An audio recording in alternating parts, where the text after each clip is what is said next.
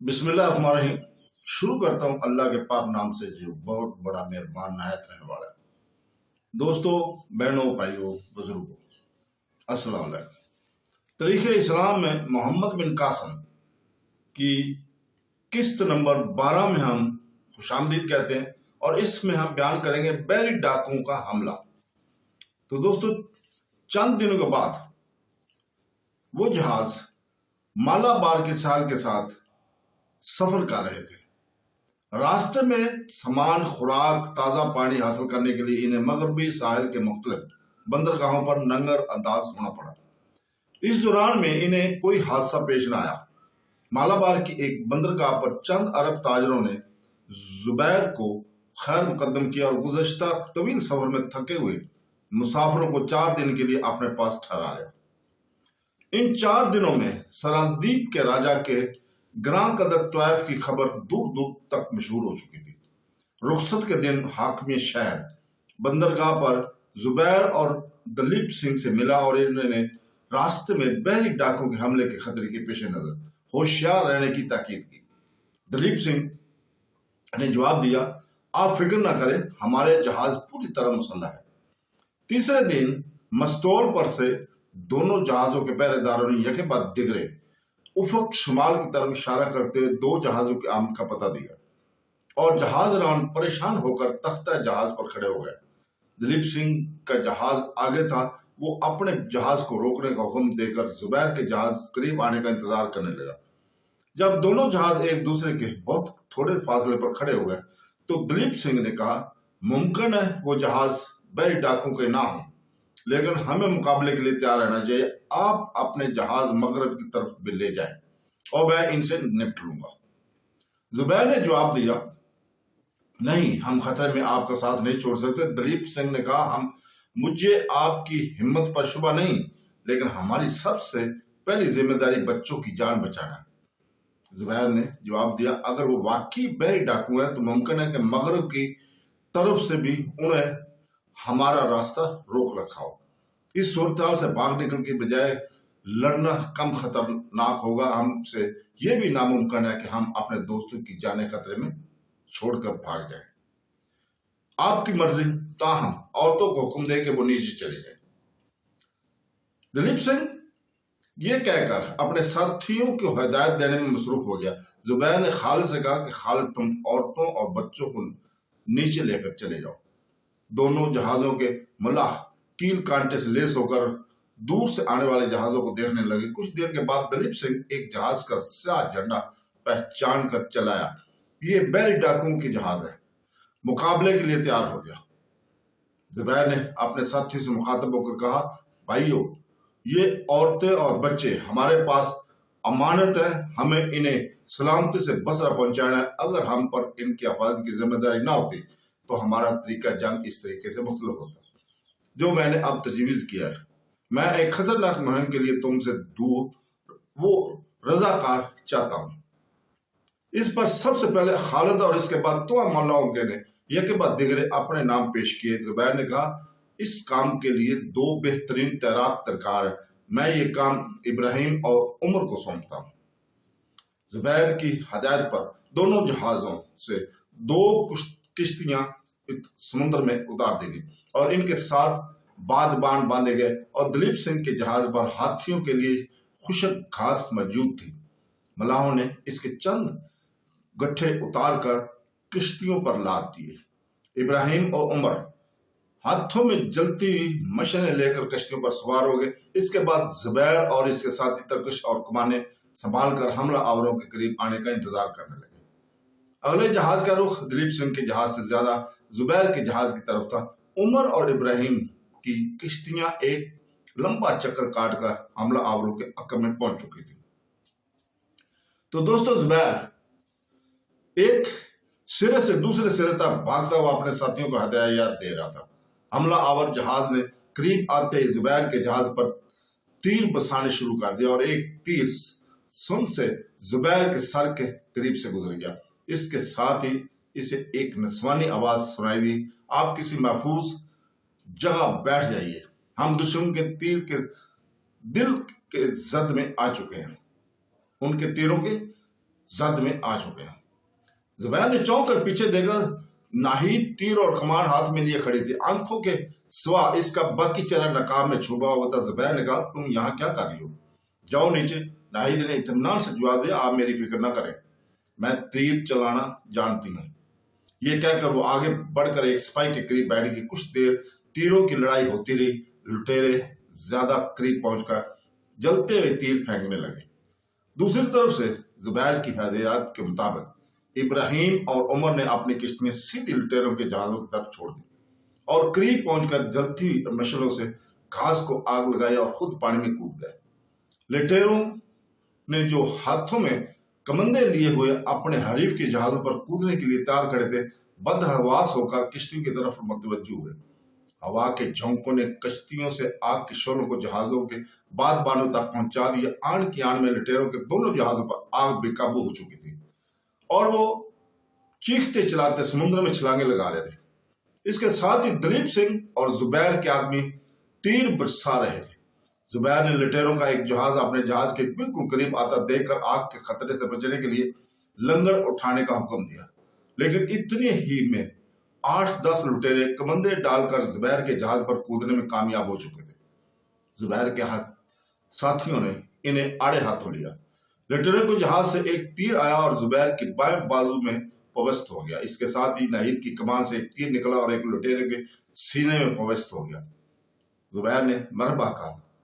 नाहिद ने मुड़कर इसकी तरफ देखा। जुबैर कमान फेंक कर बाजू से तीर निकालने की कोशिश कर रहा था। नाहिद ने जल्दी से कमान नीचे रखकर एक हाथ में जुबैर का बाजू पकड़ा और दूसरे हाथ से तीर खींच कर निकाल दिया। तीर के निकलते जुबैर के बाजू से खून की धार बह निकली। नाहिद ने इसकी कमीज की आस्तीन ऊपर चढ़ाई और झट से अपने चेहरे का नकाब उतार कर जख्म पर बांध दिया। जुबैर का जहाज कमंदों की इजाजत से निकल चुका था और जलते हुए जहाज का रहे से मुल्ला मायूस होकर पानी में छलांगे लगा रहे थे। जुबैर ने दोबारा कमान उठाते हुए कहा, नाहिद, अब तुम औरतों के पास जाओ और इन्हें तसल्ली दो कि हम खुदा के फजल से फतह कामयाब हो चुके हैं। नाहिद ने चलते चलते रुक कर पूछा, आपको तकलीफ तो नहीं हो रही? नहीं, ये बहुत मामूली जख्म है, तुम मेरी फिक्र ना करो। ये कहते हुए एक लम्हे के लिए जुबैर की निगाहें गैर अरादी तौर पर नाहिद के चेहरे पर गड़ गई। सफाहाना वकार इसके खदोकाल की दिलकशी में इजाफा कर रहा था।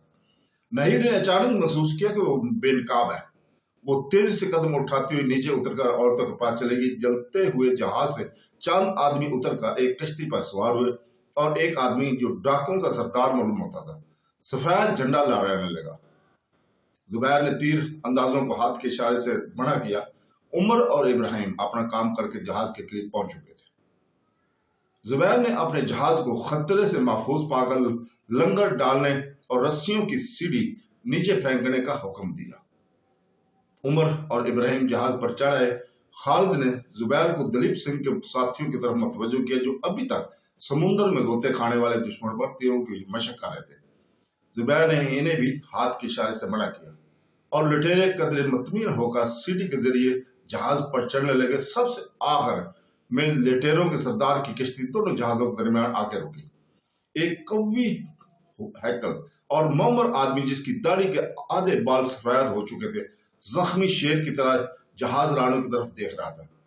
इस कश्ती में जुबैर की नजर एक नौजवान और एक लड़की पर पड़ी। दोनों शक्ल सूरत और लिबास के एतबार से लुटेरों से बहुत मुख्तलिफ थे। जुबैर ने कौमी हैकल और बारोह आदमी को डाकू का सरदार समझकर इसकी तरफ इशारा किया और मल्ला किश्ती को खींचते हुए जहाज के करीब ले आए और यके बाद दिगरे से रस्सी को सीढ़ी पर चढ़ते हुए ऊपर आ गए। लड़की के चेहरे से अलालत और तकलीफ के आसार नमाया थे। खुशवाजा और खुशपोश जब नौजवान इसका बाजू पकड़कर सहारा दे रहा था और वो संभल कर सीढ़ी पर पांव रख रही थी। जहाज पर पहुंच के नौजवान ने एक अजनबी जुबान में कुछ कहा और लुटेरों की तरफ घूरने लगा। जुबैर ने इनकी जुबान पूरी तरह न समझते हुए भी महसूस किया कि वे लुटेरों के मुजालिम की शिकायत और इसका शुक्रिया अदा कर रहे हैं। जुबैर ने अपनी इस्तात के मुताबिक सिंध और सरादीप की मिली जुली जुबान में इसे तसल्ली दी। नौजवान और लड़की इसके दस्ताना लहजे से मुतासर होकर तशक्कर अमीज लम्हा से इसकी तरफ देखने लगे। लड़की ने कुछ कहना चाहा, लेकिन इसकी सहमी हुई आवाज गले में अटक कर रह गई। वो आंखों में आंसू भरकर जुबैर की तरफ देखने लगी। इसकी उम्र 14-15 साल के लगभग होगी। खूबसूरत चेहरा दोपहर के फूल की तरह खिला हुआ था। जुबैर ने फिर एक बार इन दोनों को तसल्ली दी। सबसे आखिर डाकुओं का सरदार जहाज पर पहुंचा। इसकी आंखों में मजामत के आंसू के बजाय इंतकाम की बिजलियां थीं। थोड़ी देर में दिलीप सिंह अपने जहाज से उतरकर किश्ती के जरिए जुबैर के जहाज पर पहुंच गया। इसने आते ही डाकुओं के सरदार को मारने के लिए चाबुक उठाया, लेकिन जुबैर ने आगे बढ़कर इसका बाजू पकड़ लिया। दिलीप सिंह ने जुबैर की कमीज के आस्तीन को खून आलूद देखकर पूछा, आप जख्मी हैं? जुबैर ने बेपरवाही से जवाब दिया, ये मामूली जख्म है। खुशपोश नौजवान ने कहकर दिलीप सिंह को अपनी तरफ मुतवज्जो किया और दोनों एक दूसरे से बातें करने लगे। इसके बाद दिलीप सिंह ने डाकुओं के सरदार से चंद बातें करने के बाद जबान पर अरबी जुबैर के हाथियों से कहा, अरबी में, कश्ती में एक संदूक पड़ा हुआ, इसे ऊपर ले आओ।